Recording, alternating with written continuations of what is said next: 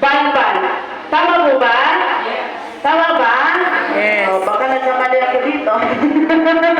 Okay, ano pa? Promote better sleep. Of course, dahil sino may mga insomnia dito, taas ang kamay. Nung hindi pa sumalang sa ating smartphone, yung hirap makatulog. Oh, hirap makatulog, pero yung iba natutulog na dyan. Dahil sa ating smartphone. Sino dito yung may insomnia? Ako lang ba? Oo, dahil ako hirap din ako makatulog. Nung hindi pa ako sumalang. Kasi nga, meron akong ulcer. Madaling araw, ginigising ako sa sobrang sakit at parang bloated lagi yung ko. Kaya nga, hindi ako makatulog ng maayos dahil sumasakit siya. O, anong nangyari sa inyong dalawa dyan? Nag-aaway ba kayo dyan? Okay lang kayo dyan? Okay lang naman. Okay. Hirap po akong matulog dati dahil meron po akong insomnia. Dahil din sa stress, overwhelmed din yung isip ko kakaisip ng mga bagay-bagay kung paano makatulong sa pamilya. Ayun. Di po ba ang stress is yung parang punong-puno na yung isip mo kaya hindi ka makakatulog ng maayos. At dahil din sa ulcer ko, hindi ako pinapatulog ng maayos. Pero after using our smartphone, especially our smartphone belt, ang tulog ko po ngayon ay mabuti na. O kayo, natulungan din po ba kayo ng smartphone? Yes. Maganda na din po ba ang tulog nyo? Yes. Tuloy-tuloy na ba? Yes. Hindi naman sa nagigising. Parang nagigising naman, pero sa saktong oras. At sakto na din yung tulog natin, di ba? Maganda po ba ang ating smartphone? Yes. Ano pa? Keeps you mentally alert. Of course, na-alert yung ating isip. Improve sleep. Mahimbing na ang tulog natin sa gabi. Ano pa? Boost the immunity system. Lumalakas ang ating immune system. Kailangan talaga malakas ang ating immune system, di ba? Kasi sabi ko nga kanina, yun po ang nagpa-fight ng virus or bacteria sa ating katawan. Kaya nga po, kailangan palakasin natin ang ating immune system sa pamamagitan ng pag-exercise or sa paggamit ng ating smartphone dahil nakaka-exercise na tayo ng ilang oras? 2 hours. Okay, ano pa? Support a longer life. Using our smartphone, possible ba na humaba ang buhay natin? Yes. Ano bang edad ang gusto nyo maabot? 100 Miguel. 100 years. Sigurado ba kayong aabot kayo ng 100 years? Yes. Sigurado kayo? Confident kayo ilang taon na kayo? Sino ba dito yung 80 years old na? Taas ang kamay. Wala pa. Confident kayo umabot ng pero yung edad nyo, 90 years old. 70 years old. Wow, meron tayo. 60 pa. Okay. Of course, using our smartphone, possible po na magiging longer ang ating mga buhay. Ano nga yung theme natin ng graduation? Smartphone is my hope and prevention for a longer life. Of course, our smartphone is nakakatulong siya para prevention sa ating mga sakit at para humaba pa ang buhay natin. Kasi ang habang buhay natin kapag tayo ay malusog at of course, dapat malusog ang ating katawan. Hahaba ba ang buhay nyo kapag may mga sakit kayo? Hindi, di ba? Using our smartphone, matutulungan po tayo na humaba ang ating buhay. Meron ba kayong natutunan? Yes. Sigurado kayo? Yes. Ano ang binahagi ko sa inyo? Di ba? Meron kayong natutunan. Hindi ako sa ano ang binahagi ko sa inyo? Ano ba? Exercise. Ilang hours ang ating exercise ng ating smartphone meron? 2 hours. 30 minutes, equivalent of 2 hours of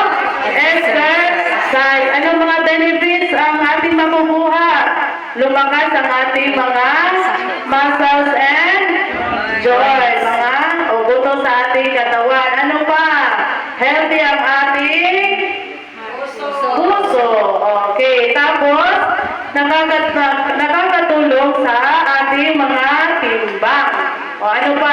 Improves mood. Mas gumanda ang ating mood kapag nag-i-exercise tayo using our smartphone. Okay? Mas malinaw ang isip at mas maayos ang ating mga tulog. Maayos na ba yung tulog nyo?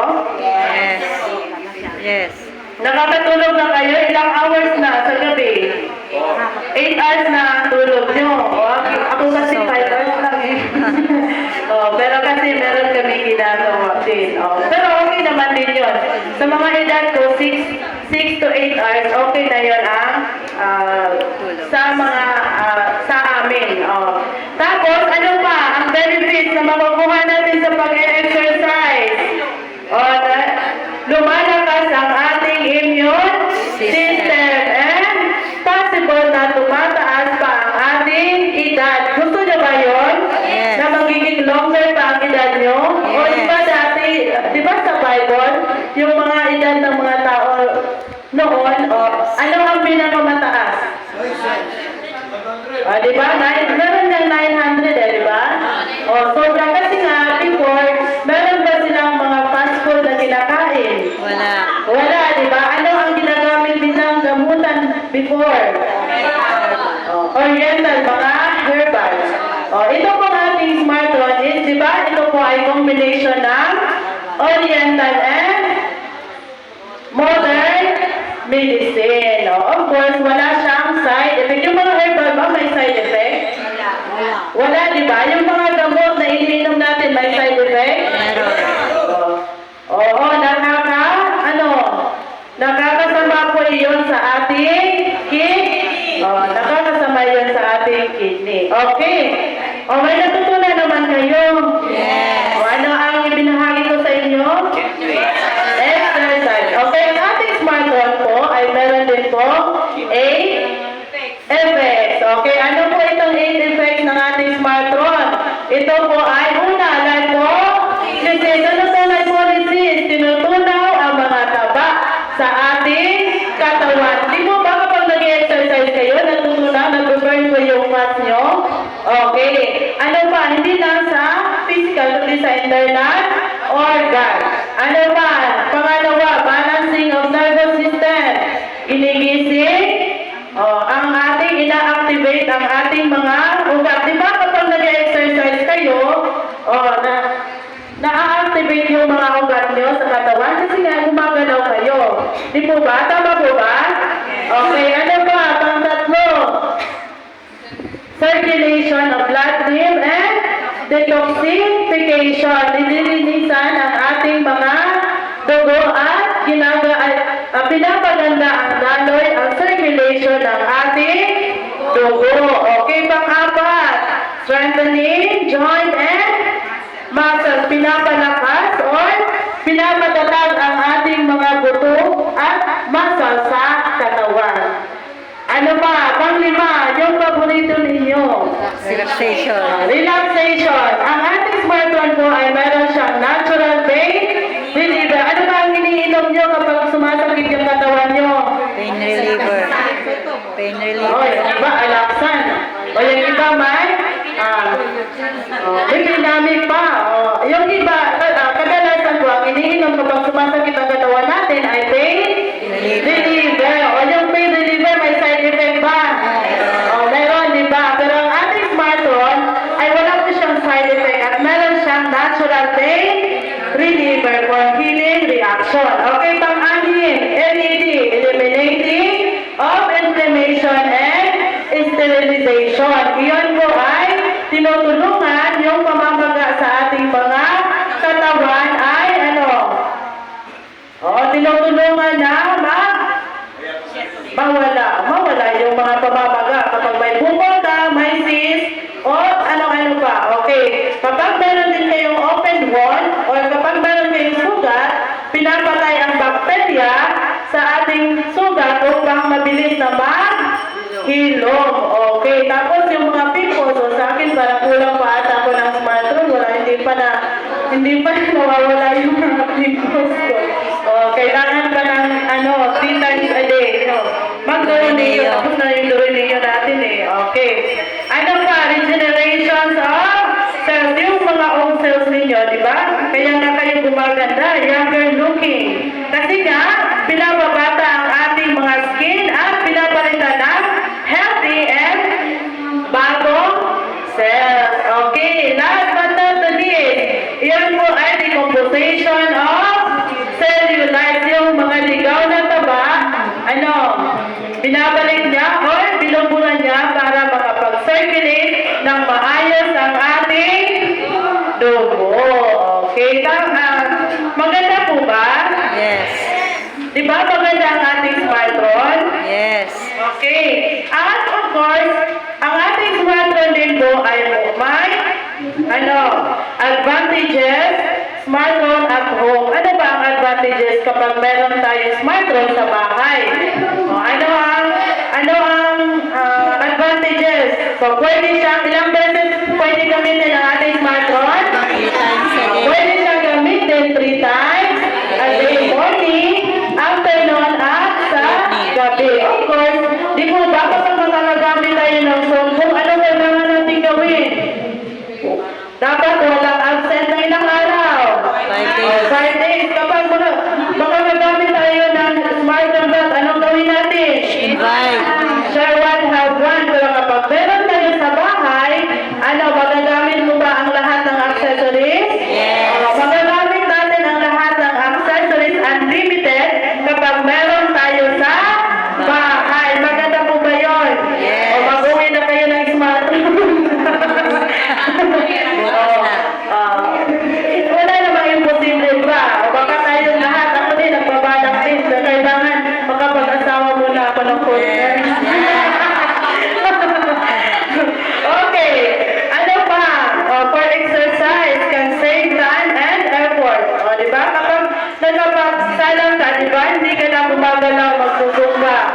Kapag mag-exercise. Kasi 30 minutes equivalent na yun ng 2 hours of exercise at health investment din po ang ating smartphone. And ano pa? Extra income. Okay. At ano pa?